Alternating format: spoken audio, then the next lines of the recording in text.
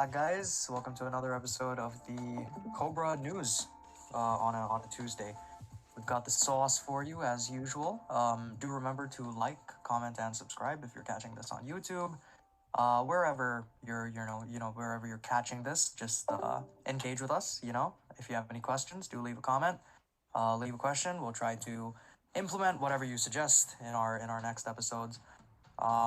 But yeah, check out our playlists. We have a whole bunch of amazing content for you, so do check it out. And with that, let's get into the news. Just a sort of general spread of articles from today, to gauge the state of the DeFi world, see where it's at, where it's been, where it's going to go.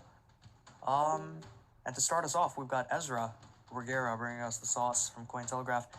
An analyst has apparently claimed that exchanges sell your Bitcoin, and crypto trading platforms have responded. So a crypto analyst claimed that staking Bitcoin through exchanges allows said exchanges to sell the staked Bitcoin to someone else.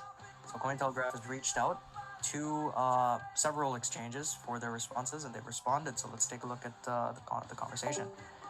Now, the reason that this has kind of come to light, the reason that Cointelegraph has sort of pursued this story is because of the security breaches and hacks that have happened in the past. Quite recently, we've seen Axie Infinity, we've seen a whole bunch of hacks happen, which highlight the risks of storing Bitcoin on centralized exchanges, staking, for a different word than storing. One analyst has even claimed that keeping BTC on exchanges is also a factor for price dips. Now, Rufus Kamau on Twitter, he's a research and markets analyst at Scope Markets in Kenya.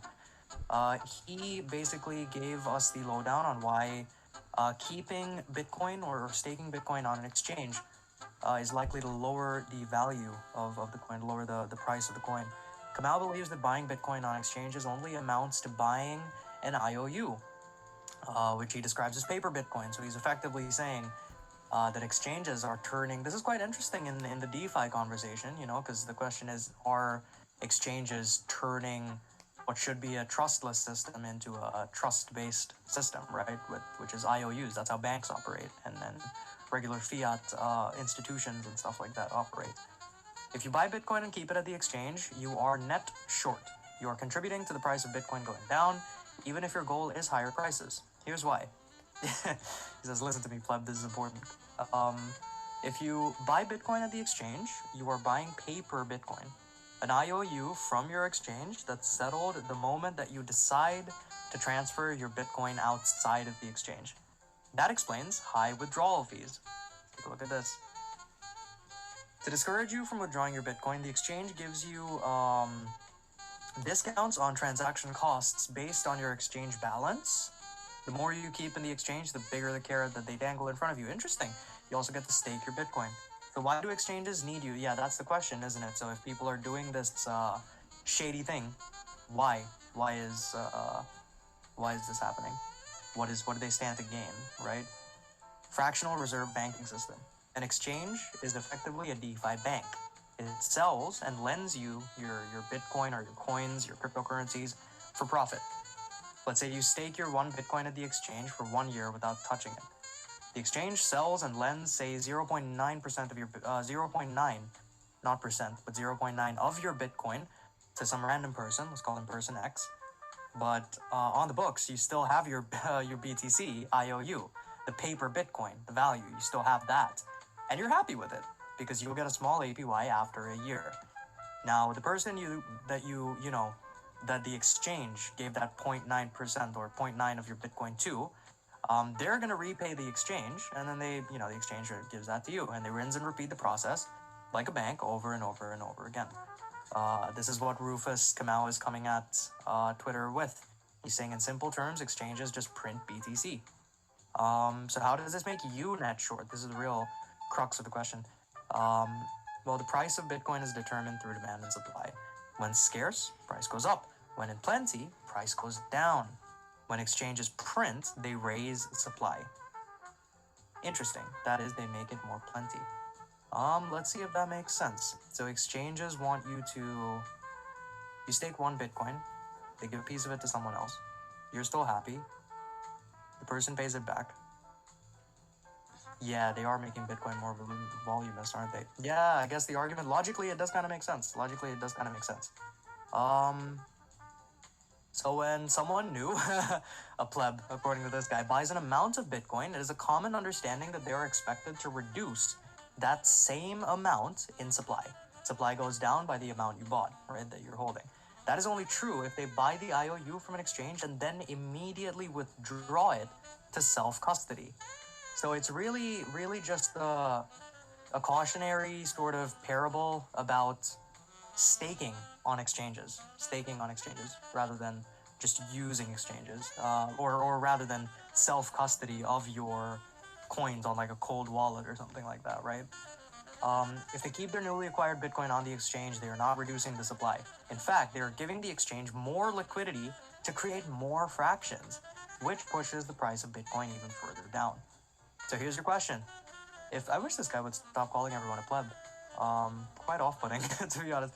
If every one of you logged into their exchange and withdrew Bitcoin right now, do you think the exchanges have all that Bitcoin available to honor all of the IOU Bitcoin? That's a good question, you know? If everyone tried to withdraw all of their Bitcoin, does that Bitcoin really exist? Is it a true representation of the supply? Most likely not. Most likely not. I mean, I can't make that claim because I don't know, but keep your Bitcoin off the exchange. Has always been the logical thing to do if you want to change the world with Bitcoin. You know what? That does make sense. I mean, the rise of all these exchanges, the number of exchanges recently, could have contributed to the drop. But I mean, listen, with the pull down, you're gonna see a big reversal up. So when that pump comes, it's gonna be very nice. So yeah, that's effectively the lowdown. This is what the analyst has said. Now let's take a look at what the actual exchanges have said in response to this this Twitter thread, basically. So they go on to sort of cover. Let's go through that as well. So the analyst pointed out that the exchanges create many ways to discourage the withdrawal of BTC, like very high withdrawal fees. On the other hand, exchanges encourage keeping Bitcoin on the exchanges by providing staking services. According to Kamau, this is done because the exchanges sell the Bitcoin they custody to other buyers, while the owner of the IOU stays happy, earning an annual percentage yield on their Bitcoin. Kamau claimed that because, I mean, surely people are aware of what it is that they're doing, but yeah, it makes sense, Kamau claimed that because of this process, investors who keep BTC on exchanges suffer a deficit, as it enables exchanges to effectively print, quote-unquote, Bitcoin. And as the supply goes up, price goes down. He also urged users to keep their holdings off of exchanges, calling it the logical thing to do, as you saw in the Twitter thread. If you want to change the world with Bitcoin, he calls it the logical thing to do. While many accounts liked and retweeted the thread, not everyone agreed with his remarks. Someone called Koenig Mark responded, calling the allegations wild speculation at best. Philippe and Sinas replied that if this was the case, exchanges would be able to short Bitcoin without having it, which can't happen. That does make sense. This is the thread. I'm not sure you know how this works. If this was the case, they could short something without having. And as far as I know, that can't happen. So they are not selling your BTC. Plus, you can stake pretty much any coin. Really interesting. What do you guys think about this? Respond in the... Well, not even respond, but just like let us know what you think about this in the comments. Is it a good idea to stake on exchanges? Or is the concept of staking on an exchange effectively centralizing the idea of decentralized finance? Is it, creating DeFi banks? Which is kind of sneakily pushing the price further and further down, pushing the value further and further down. Or do you think Rufus Kamau is himself a pleb? What do you think, guys? Do you think that he's right, or do you think that he's wrong? Do let us know. Do let us know in the comments. We'll open it up to discussion as we're doing this live as well. So that's gonna be quite fun. Crypto exchanges did not. This is what I was looking for. So crypto exchanges responded. They didn't deny that this may be happening at some exchanges. However, LBank chairman Eric He told Cointelegraph that exchanges that do this will be taught a lesson. He explained, The market will teach exchanges that sell users Bitcoin. What? Oh, the market will teach exchanges that sell users Bitcoin a lesson because they will not be able to buy back the Bitcoin that they sold. Exchanges like this will surely fail. Makes sense as well. That makes sense as well. Like they wouldn't be operable, would they? If this was like a regular thing that was happening. Um, Someone would have clocked on by now type thing is effectively is what that means. He further explained that the digital asset exchanges that are thriving and expanding are quote unquote firm crypto believers that believe that BTC can hit the $100,000 mark, and have therefore been buying more instead of doing shady things like selling other people's coins. Binance also weighed in on the issue. In a statement, a Binance spokesperson told Cointelegraph that exchanges are not authorized to move their users' funds without consent. I mean, that makes sense as well. I don't think big exchanges would like shoot themselves in the foot like that, you know, like by doing all of that. Like with banks, it's kind of like a known thing, isn't it? I'm pretty sure it's somewhere in the small print. But with this, I don't think it's very operable. So yeah, that's quite an interesting story actually. I'm very interested to hear what the community thinks of this. But to finish off,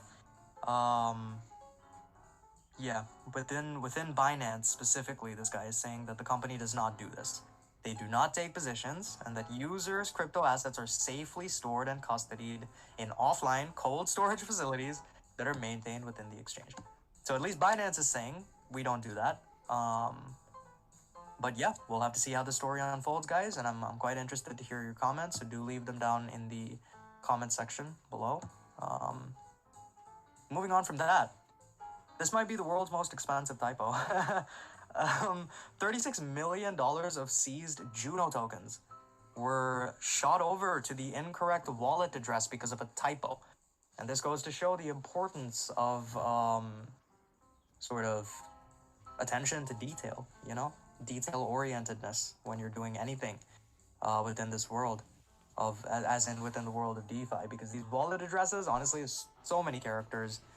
You gotta go through each one, make sure everything is correct, you know? I mean, so many characters like letters and numbers and stuff. Validators, developers, and token holders grapple with who exactly is to blame for the copy-paste error that moved the tokens to an address that no one can access. Wow, so they've really shot themselves in the foot. I'm sorry to laugh. That's a big, yeah, wow, big oopsie. Real big oopsie right there. Sam Kessler is bringing us this sauce. This was updated on the 6th, so it's not the freshest, but it's pretty fresh. It was pretty fresh. Let's take a look at this though.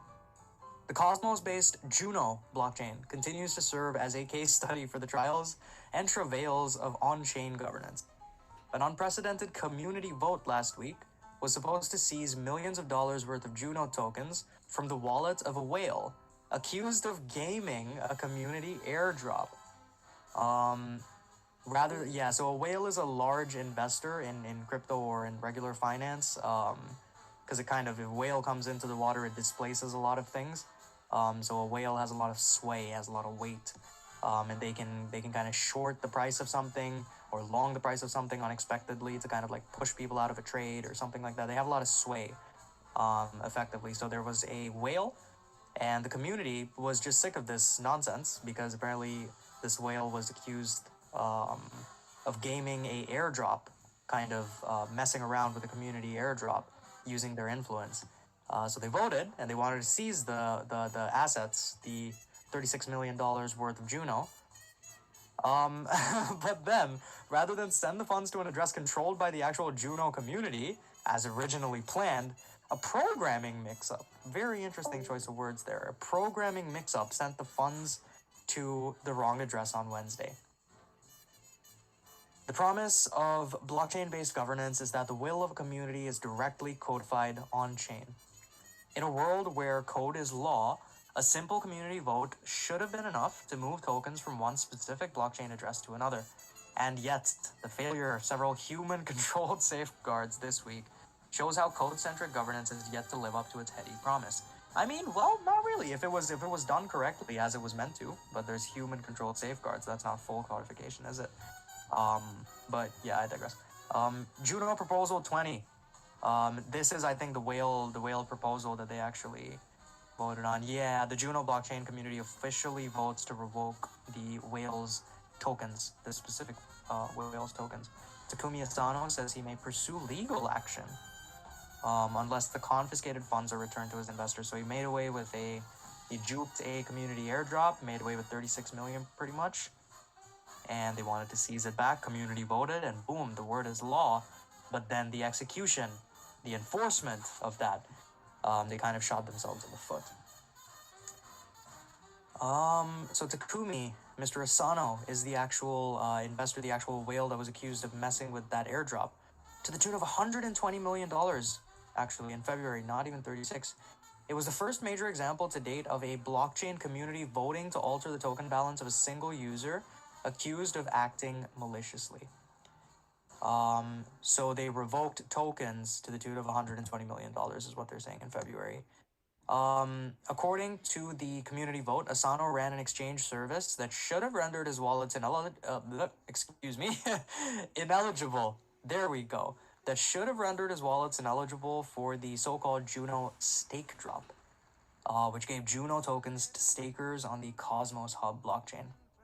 After a delay of a few days, last week's vote was supposed to automatically run code moving the gamed funds, now worth around $36 million, from Asano's wallet into a Unity address controlled by the community, and they messed it up. An erroneous address was entered into the to field, basically, and it was sent to an address that no one has access to. Not the whale, not the Juno community, not nobody. Not Ron, not Hermione, you. Nobody, literally. No one has access to this now. So that's just $36 million burned. It's just gone. It's gone. It just doesn't. That's crazy. I wonder what they're. We'll probably follow this story as well. But damn, talk about a really, really big, you know, accidental mess up. That's a bit of a mess. Yeah. Proposal 20, a copy pasta. Andrea Di Michele, a member of Juno's Core 1 founding developer team, who goes by Dimi, told Coindesk that the fudged transfer came as the result of a copy-paste error. When I gave the Proposal 20 developers the address of the Unity smart contract, I pasted the address of the smart contract and just underneath put the transaction hash. But I didn't write the transaction hash is this. I just put the transaction hash. Oh, so it all appeared as one block of text. According to Dimi, developers accidentally copied the transaction hash, which looked similar to the wallet address, rather than the address itself. As a result, the seized funds ended up moving to a crevice of the Juno blockchain where nobody has access. Wow. So who do we blame? Do we blame Dimi, or do we blame the developers? I feel like developers get a bad rap in it. I'm gonna point the finger. Actually, I'm joking. I'm not gonna point no fingers at anybody. Let me know what you guys think. Who's really at fault? Do you think it's down to this Andrea Di Michele lady? Do you think she should have told the guys, this is the transaction hash, this is the wallet address? Or do you think the developers should have been like, I mean, they're developers, so they should have known that it wasn't a, but, man, that's really funny. That's really funny. Who is at fault? Validators who deploy nodes to run proof-of-stake blockchains like Juno are theoretically responsible for conducting due diligence. There you go. You got your answer. For conducting due diligence on about on-chain upgrades, like the one that came with Proposal 20, it is this disintermediated community of validators, not any specific developer, which is responsible for issuing blocks, securing the network, and processing upgrades in a decentralized manner. Of Juno's more than 120 validators, not one appeared to notice that the Unity address was pasted incorrectly. That's a mess. Daniel Huang, head of protocols at Stakefish, one of Juno's validators, summed up his thoughts in a message to Coindesk. We fucked up big time. And yeah, they really did. They really did. 120 times, to be exact. That's a mess. Wow. Rather than the programmers who pasted the wrong address into the Proposal 20 code, Huang said this week's events were more the fault of the validators who ultimately executed that code. Devs can mess up, but at the end of the day, there should be trust assumptions that cannot be relied on. Validators should have due diligence for ourselves to actually check the code that we're executing and running. The whale's response was lol. That is so funny. Wow. Takumi Asado responded, the upgrade caused an incident. The targeted judo was not moved to the Unity contract address, but moved to an unknown address. Lol. Wow. Interesting story. Very, very interesting story. What do you guys think? What do you guys think about this? Do let me know in the comments. Juno's core developer team and the Chains community are still intent on moving Asano's funds into the community-controlled Unity contract rather than burning them unintentionally, as Asano says might actually happen. Let's take a look at this. Facts. There was a bug in v4.0.0 source code. Targeted destination byte address is not the Unity contract address, but it's instantiated TX hash. Okay, cool. As the Unity software upgrade, the fund was transferred to the different address. Yeah. So there was a bug in the source code, which changed the targeted destination from the contact address to the hash. The funds, therefore, were sent to a random address that was generated by that hash. New software proposal, Vertias, is submitted about 2 hours after the upgrade. Okay, cool. Proposal 21, effectively. So right after 20, there's 21, 2 hours after this happened. The funds will be under the control of the smart contract as is planned. Okay, cool. If Proposal 21 is rejected, the funds will be burned unintentionally. So that's what he reckons will happen. So they're trying to put through Proposal 21. If it's accepted, then the funds will once again be sort of in the control, in the hands of the team. But if it doesn't, which could happen, then the system might just unintentionally get rid of it and it doesn't exist anymore. Wow. So this is what went wrong according to the whale. All of software upgrades source code was not determined at the time of submission. Okay, cool. Yeah, makes sense. Validators did not verify.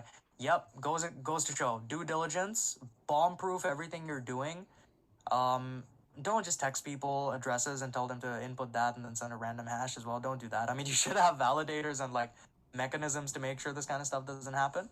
But you know, goes to show, even people who you assume would never fuck up can absolutely fuck up big time, very big time.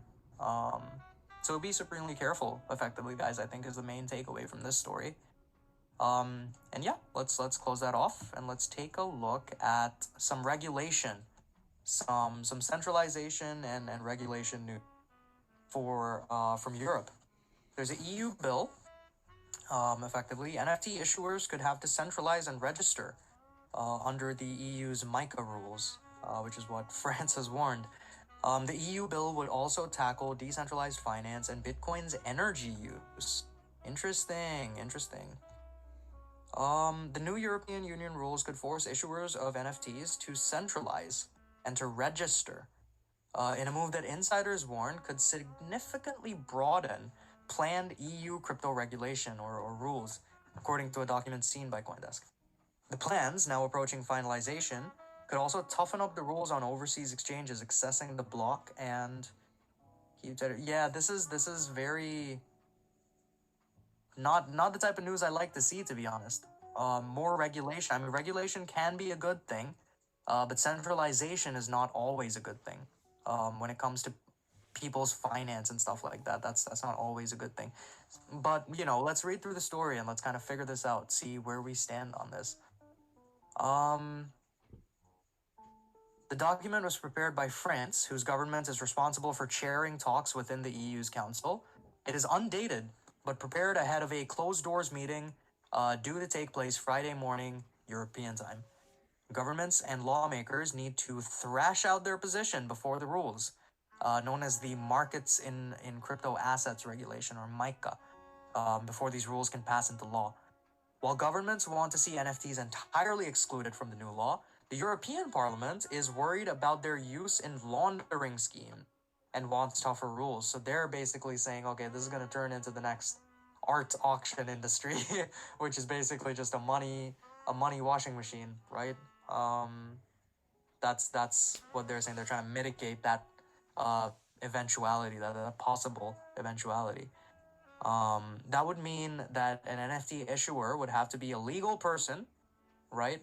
Rather than a decentralized entity or a DAO or anything like that, and would also have to register with the authorities and comply with other consumer protection measures set out in the law.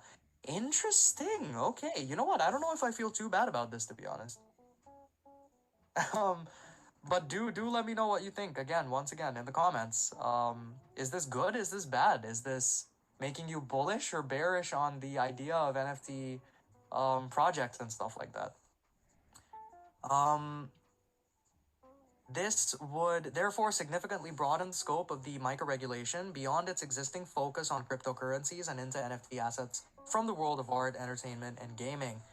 See, this could stop a lot of rug pullers. This really could, because if you're forced to docs, basically, if you're forced to set up like a legal entity in your name that the government recognizes, and if you rug pull intentionally, you do something shady and just transfer all the tokens to yourself or something, or you promise your community something and you don't deliver, now you can be held accountable, which will also act as a deterrent to a lot of further future rug pullers, because a lot of people do see crypto as a get rich quick scheme. A lot of people see a lot of things as a get rich quick scheme. So like crypto, you can get rich, you can get really really rich really quick. So that pull factor is there, which means a lot of people go to like great lengths. So the NFT scene might be it might be safer um, with a bill like this, but always anything coming from a government or a ruling body, anything that holds power, I would take with a grain of salt, because it starts with regulation, right? It starts with recognition and regulation, and where does it end? That's the question. So let's continue to take a look at this. Lawmakers appear to have the support of the European Commission, which is responsible for brokering the remaining talks, and which also has, concerns over the integrity of the NFT market, in which scams and frauds, yes, that's true, are becoming increasingly common. The council also seems ready to concede to lawmakers' tough positions on limiting the energy emissions of crypto mining. The European Parliament no longer favors curbs on proof-of-work validation technology that some speculated could amount to a Bitcoin ban, so it didn't go that far, but wants to see new coins setting out their environmental impact in regulatory documentation. The document said France would suggest to support that call from the Parliament, as long as it's neutral in arbitrating between different technologies, such as proof-of-work. What does that mean? Arbitrating between different technologies. The document said that France would suggest to support that call from the Parliament, as long as it's neutral. Okay, cool. So as long as it doesn't favor one over the other in that arbitration, that makes sense. On Sunday, Mairead McGuinness, I'm not sure how to pronounce that. It's probably Mary or something simple like that, to be honest, but we'll see. Miss McGuinness, or it could be Mr., I'm not sure, the EU's Financial Services Commissioner, said that a new global crypto agreement should consider environmental impacts. Yeah, makes sense. DeFi, let's take a look at this.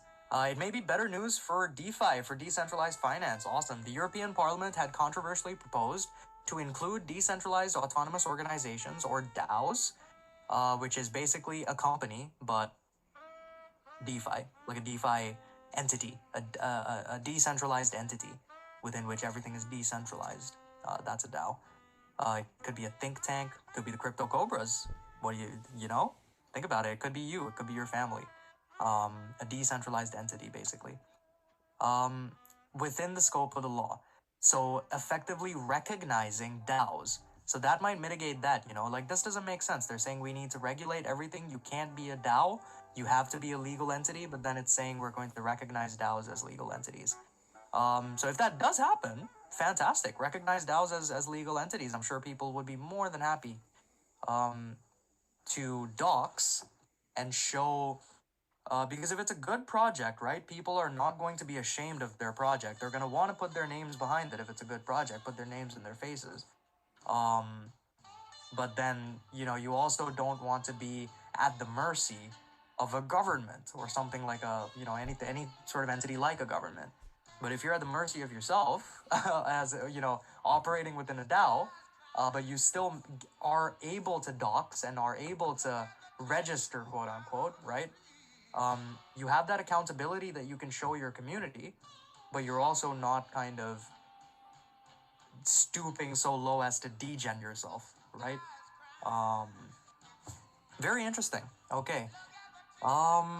Yeah, so this law could take DeFi into a field it was never intended to cover, DAOs.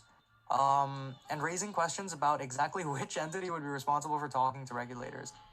Lawmakers have now expressed openness to the softer position favored by governments, which merely want to see a further report on Web3 innovations in 1 or 2 years' time. So yeah, lawmakers are expressing openness to the idea of just chill and let's see how it goes, basically. What I'm sensing is a lot of confusion on the part of the government as to what Bitcoin is, where it's going, and what position they should take. But I mean crypto, not Bitcoin specifically, but like crypto and DeFi and the whole scene.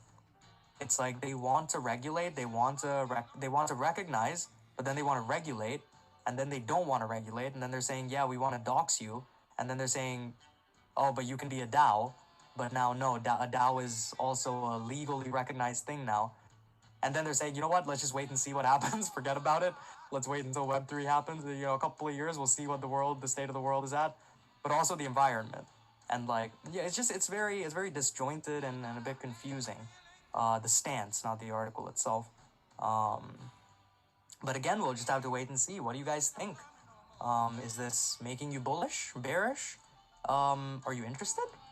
What is it about this that draws your attention? Do you think that the government is being shady? Do you think they're being magnanimous? Or do you think they're being malign with their, with their intentions here? We'll just have to wait and see.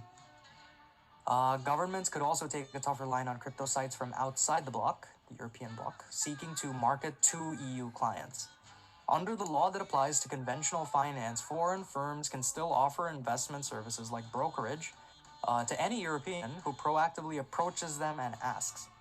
But those rules, known as reverse solicitation, are somewhat vague and inconsistently applied. According to the document, the crypto sector has said that insufficient regulation of reverse solicitation could lead to reducing the applicability of the MiCA regulation and paving the way to unfair competition. Interesting. It suggests governments think again about how to, literally think again, and then think again, and then do it again, and then do it a couple times more. Because it just seems like they want to be reactionary, but they don't know how. That's what I'm sensing. But again, we'll just have to wait and see. The news comes just after crypto exchange Binance confirmed it had secured regulatory approval in France. Interesting, meaning it could be allowed to market across the EU once MiCA is finalized. Whenever MiCA is finalized, guys, we will revisit the story and we will have a update for you. I am aware that we are over the usual allotted time, so I'll breeze through these articles. They will be on the Medium resources as well, so you can take a look and kind of go through it in detail. But effectively, there was a DEX, a decentralized exchange called MM.Finance, which suffered a $2 million exploit. But MM.Finance has stepped forward and they have said that they will compensate and reimburse any users that were impacted by this. This is the largest DEX on Kronos, and it was a front-end exploit which has allowed hackers to siphon out more than $2 million in Crow tokens from users. The attack occurred due to a DNS vulnerability, a domain name system vulnerability.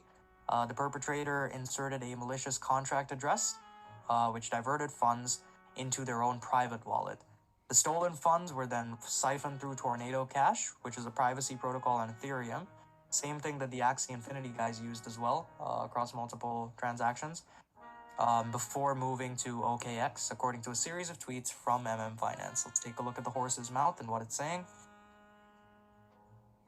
We've been investigating the on-chain TX and also engaged partners with extensive connections and expertise in escalating this in terms of real-world consequences. We've traced your funding to OKX exchange, and we need everyone's help to retweet this post to get OKX and JOKX. Sure, I'll contribute towards that. Why not? Attacker funding. Map to this token. Actual funding. Okay.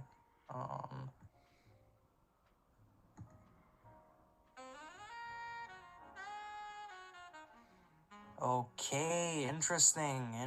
So he has effectively duped the system to make it think that it was sending the money somewhere that it was allowed to, but it was sent to his private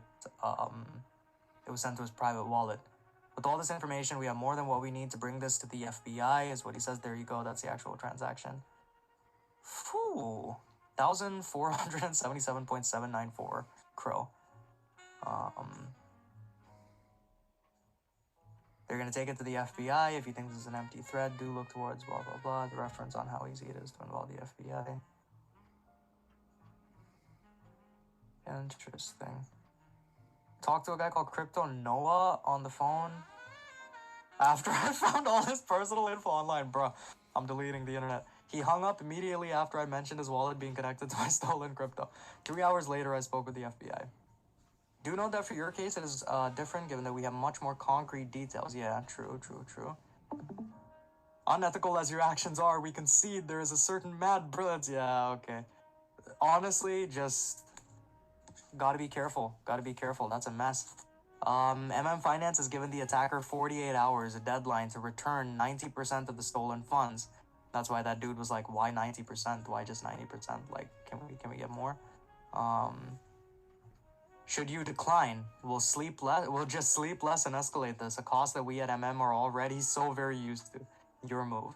Funds that you have tornadoed to be returned to this address. Yeah, I highly doubt he's just gonna return it, to be honest. We'll have to wait and see, guys. We'll have to wait and see if this leads to... This is the kind of stuff. It's the impacted users that really matter. At the end of the day, you know, the impacted users and the people that work so hard to, you know, maintain an exchange and do crow and do all of this work. It's a mess. It's a bit of a mess. And this is one of the good things that, you know, regulation could potentially mitigate. As long as it's in moderation and is directed correctly. It could be a good thing. Not this story. I mean regulation could be a good thing. Wow. So yeah, 48 hours. I guess we'll come back to this story in 48 hours and we'll see. I'll be on Twitter and I'll be following the FBI on Twitter to see what they're talking about and whether this has been addressed. We've collated the addresses that have lost funds during the attack earlier. Over $2 million will be compensated and will be reimbursed. They wrote in a tweet. So that's amazing. I'm really happy that they're doing that. Even though it wasn't like a specific sort of... I'm not sure what they could have done to prevent something like this from happening. But I'm sure they'll be much more cautious moving forward. According to data from DeFi Llama, liquidity remains in a pretty strong position still with crows. That this shouldn't make you scared about crow. Shouldn't push you into a bearish mindset on crow. Because the liquidity is still quite strong. $804 million in total value locked. And that brings us to the end of that. This is the last story that we had. But since we're quite low on time, I think we'll call it. I think we'll call it for today, guys. This has been another episode of the Cobra News. Thank you so much for being a part of it. If there's any questions, feel free to ask them. Otherwise, yeah, we'll wrap up. Thank you.